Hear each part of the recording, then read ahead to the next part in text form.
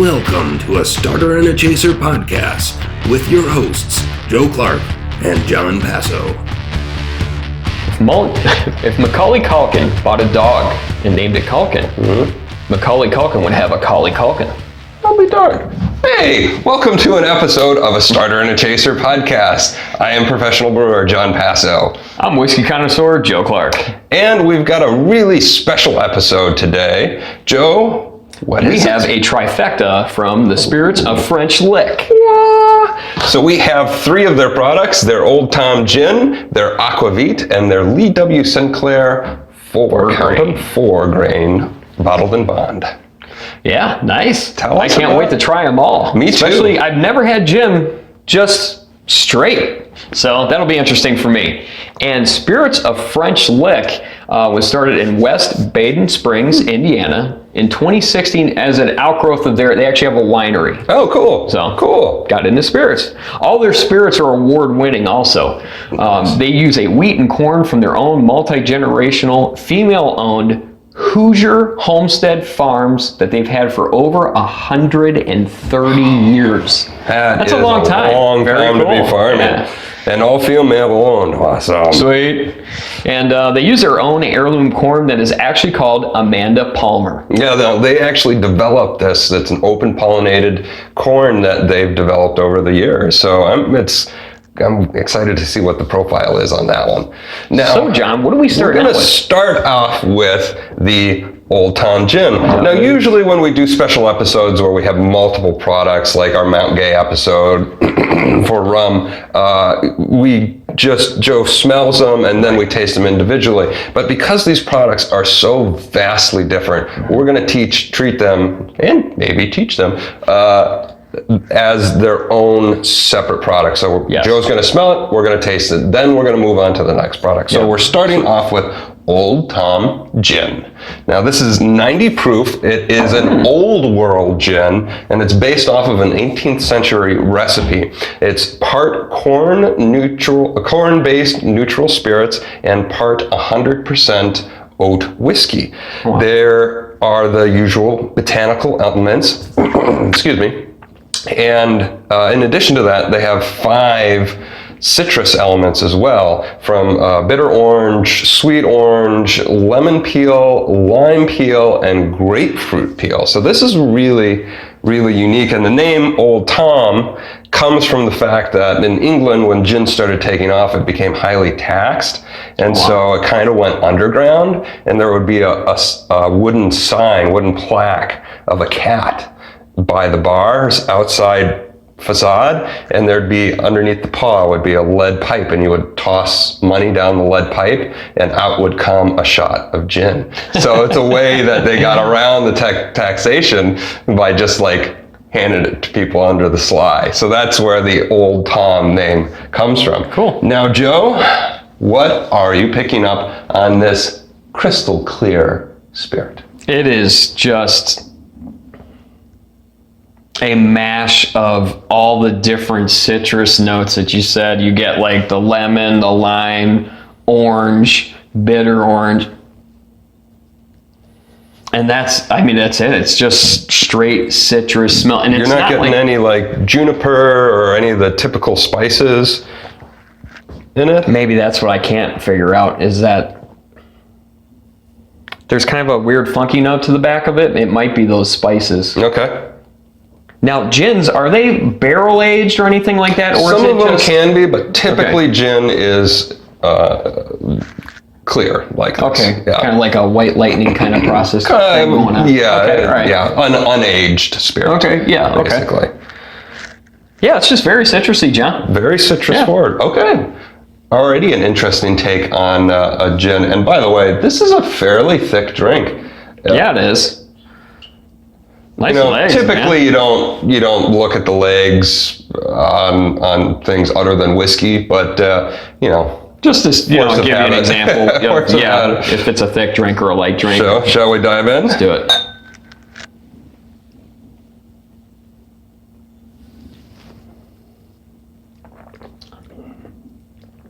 Whoa, spicy. I get all the citrus up front. Oh yeah. That orange especially comes right out. But then the botanicals start kicking in, the coriander, the juniper, and they kind of like bounce back and forth. It's really... These are new notes for me. Really interesting for a gin to be... gins can be very dry, they can be slightly sweet. This has got some sweetness to it. Mm-hmm. The back end is fairly dry, but to have that orange and citrus in there is a really cool take on the style. I mean, it's just like very citrusy. I think the one note that I pick out the most as it just settles in your mouth and taking a little time is the lime is really there and present for me. Yeah. In the finish, it's starting to come forward for me. Yeah. But the fact that I'm getting all of these flavors, and I haven't even gone in for a second sip, I'm still getting my palate here on number 2 already. Yeah, that's what I'm getting. I wanted to see what that finish was, because it was kind of mixing between like a weird spicy note and some of the citrus stuff, but it's like really building for heavy lime on the end for me. Now, on the second sip, the spices are a little bit more in the forefront, but still, all that orange and lime and just a hint of grapefruit. It's kind of just like one flavor, next flavor, next flavor. That's really cool. Yeah, you can peel the layers back on this one. Yeah. Yeah, it's nice. This is interesting. I've never had a straight gin before like this. I can see why this could be a nice sipping gin. Mm-hmm. And I could see why it was heavily taxed in England back in the day, because this is good stuff. Yeah, right. Yeah, I enjoy it. That's all cool. right, we're going to be back with a chaser. Oh, wait, no. We're going to be back with another Aquavit. And we are back with the Aquavit. So obviously we are tasting the Aquavit next. This is the bottle. And it's 92 proof. Now, for those that don't know what Aquavit is, it's a very old world, kind of gin-like as far as its construction. It's a grain neutral spirit with spices, just like gin is, but it's a little different. It's Norway's national spirit, and Aquavit actually translates to water of life, because originally it was kind of used as a cure-all medicinal drink.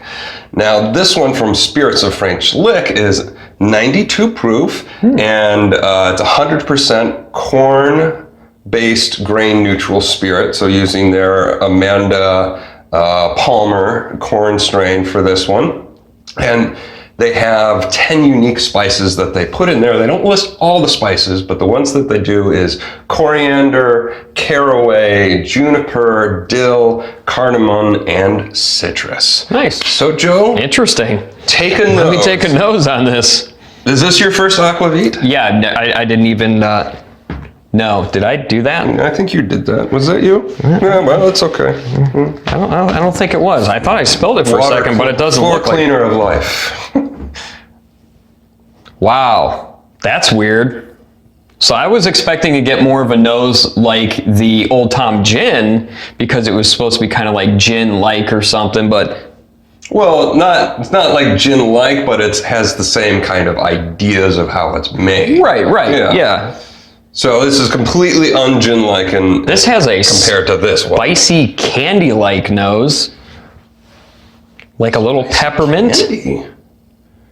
Some licorice in there, not black licorice, not red licorice. What is that one in between? It's kind of like a brown licorice kind of thing, or those little cute, they came in the Halloween candies, little cute things. They kind of had that, like, maybe a little bit of a chocolate note to them. Yeah, I know what you're talking about. Yeah, I don't know what it's called. Right, yeah. I know what you're talking about. Yeah, it's kind of like the mix of it. And that's what I'm getting on the nose on this. It smells great. And by the way, this is slightly clear. Well, pretty clear, yeah. Pretty clear. A little bit of a grassy note. So, yeah, all right. Okay. Cool. Let's try it out. All right, let's do it. Here we go.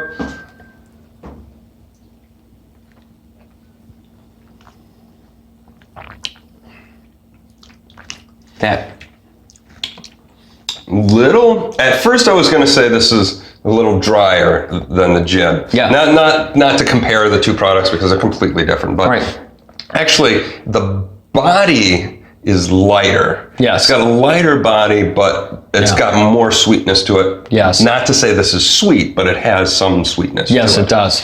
I gotta go back for a second. When I breathe in and out, I'm getting that licorice that I was explaining heavily.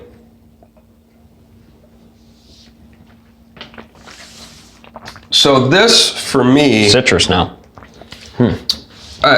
is... Yeah, I'm getting a lot of licorice. I'm getting anise. Yeah. I'm getting dill. I'm getting juniper, long into the finish juniper. But this has kind of a medicinal quality to it. It does. And I could see why they call, this was, water of life and medicinal cure-all and everything, because a lot of these botanicals do have a lot of medicinal benefits.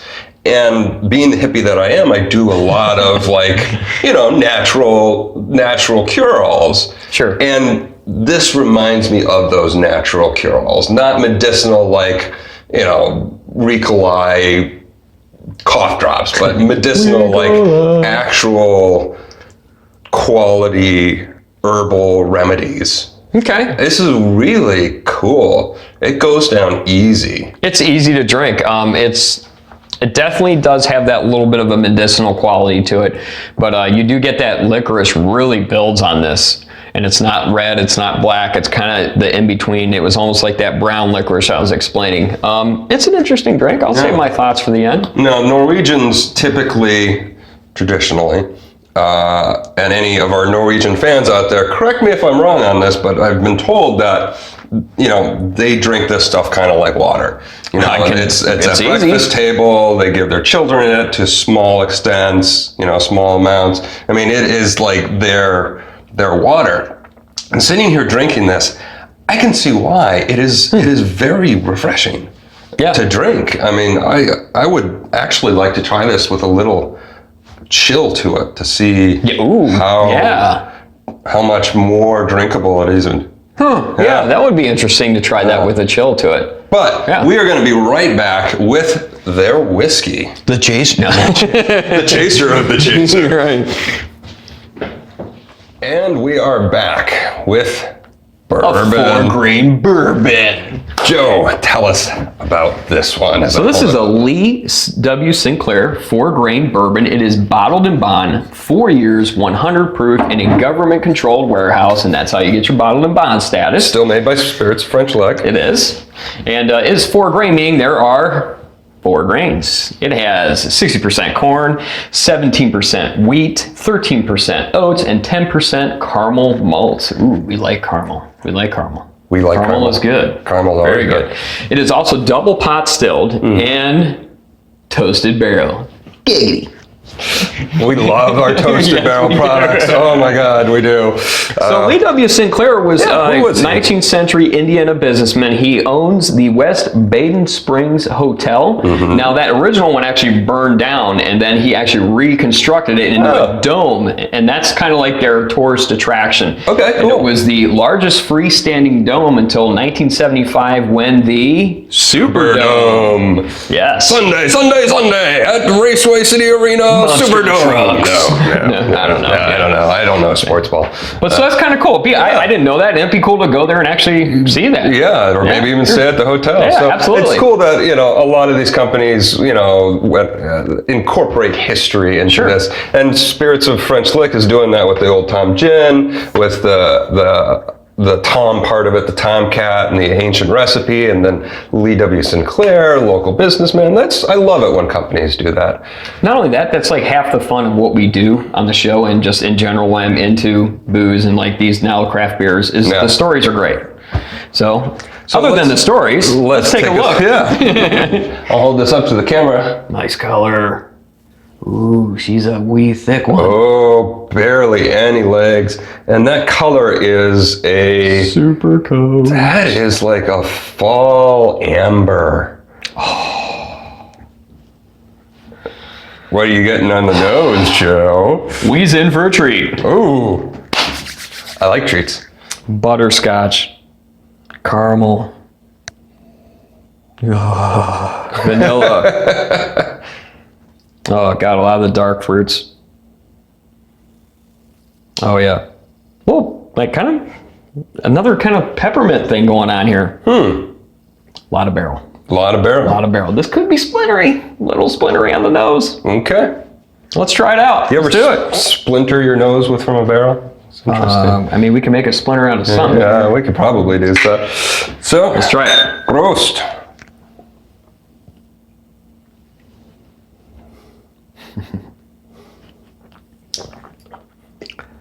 Ooh, there's something different in there. That is thick. That is caramely molasses. There's actually a lot of molasses on this. Wow.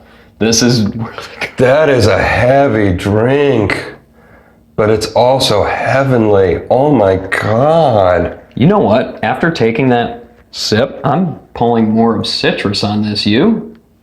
I'm going back for more. But the caramel, the molasses, the brown sugars, it is like super concentrated. Yeah, a little citrus, little orangey. Picking up the toasted barrel, getting the nuttiness of it, the sweetness. The chewy barrel that I usually associate with toasted barrels is starting to come out, but still there's that underlying fig and molasses and dark sugar, dark fruit, caramel. Little heat. There's a little heat there. Little Kentucky hug. That's starting to build and like radiating out from the chest, It's but nice, not like painful, not little hug, super just hot. a little hug. It's a little bear hug. Hey man, how's it going? Give you a little hug. Yeah, that's How it. you doing? He's kind of there and gone. Mouth-watering, chewy barrel. Watermelon Watermelon on the nose. Watermelon. Wow, the barrel is so nice on this.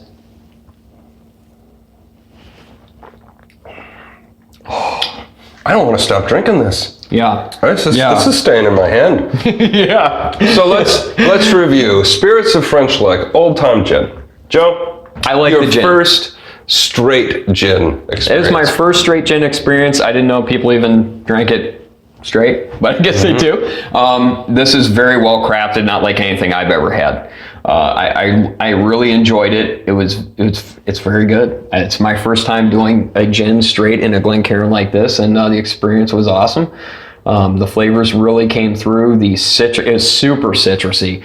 The lemon really builds on the back end of that, and it's nice. I'm intrigued to try some more gin.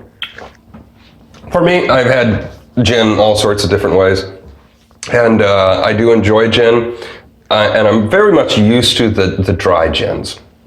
This has got some sweetness to it that really adds an interesting dynamic, but it is very well crafted, and to have all of those citrus notes in there is a very drastic contrast to what I'm used to out of a gin, and it's left of center for me, but I really like that. So it's a hit for me. That is an awesome gin. Nice. Aquavit, water of life. For me, not my thing. It was okay. It's just not my wheelhouse of spirits to drink, to be honest with you. It was a little too medicinal for me. I found it to be kind of an unbalanced drink for my palate. It's not something I'm going to do again or seek out, to be honest with you. Okay. Yeah. All right. For me, I'm a little bit more limited with my experience with Aquavit. I have had it from time to time, but not in a very long time. This one, for me, is... I'm torn. In all honesty, I'm torn on this one. I like it, but at the same time, I don't. It is amazingly drinkable for, 92 proof? Yeah, for 92 proof, that thing goes down like water. It does. I mean, I will give it that. It is extremely refreshing when you drink it. It is extremely drinkable.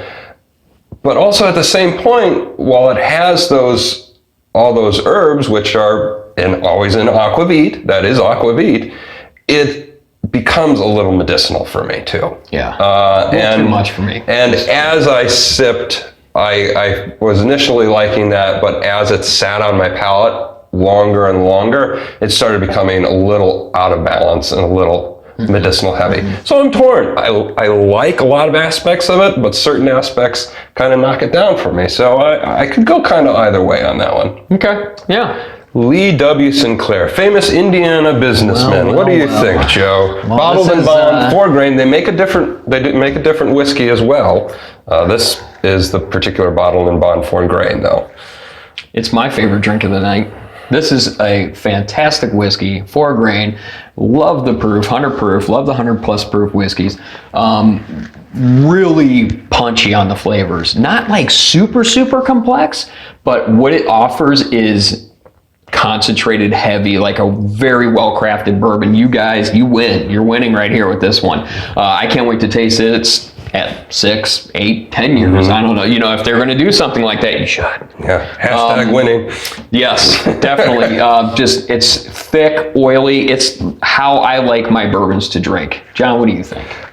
Before I go into my final thoughts, if you're watching this on YouTube, leave us a comment, thumbs up. Please hit the subscribe button. That actually helps us out. Have you had this? Have you had any of their stuff? Have you had their wine? Tell us what you think. Instagram, Facebook, blah, blah, blah, blah. It's good. Final thoughts. This has me speechless. It's good. Of the quality. Those of us that have had George T. Stagg or Stagg Jr. or Thomas Hardy or, you know, all of the uber rare unicorn stuff. This is affordable, and this is of the same caliber. This is incredible, and it's rocking my world. It's good. I'm very passionate about this one. It's dark fruit, it's caramel, it's heavy mouthfeel. It's got a little heat, but it's got this... Everything is well balanced. That's the main key of this. It's all very well balanced, very well crafted bourbon, and I enjoy it. You guys, this isn't my wheelhouse. You know, we do a whiskey and a beer show, and I do appreciate the gin. It's very good. I am going to be drinking much more of this in the very near future since it's here. I'm definitely going to be seeking out more of these. It's good. For sure. And that's it. This was our episode on Spirits of French Lick. I hope you guys enjoyed it, and we'll be back, but I believe I hear Macaulay Culkin's calling, so we should probably go check on that. Starter Chasing Podcast. See you guys later.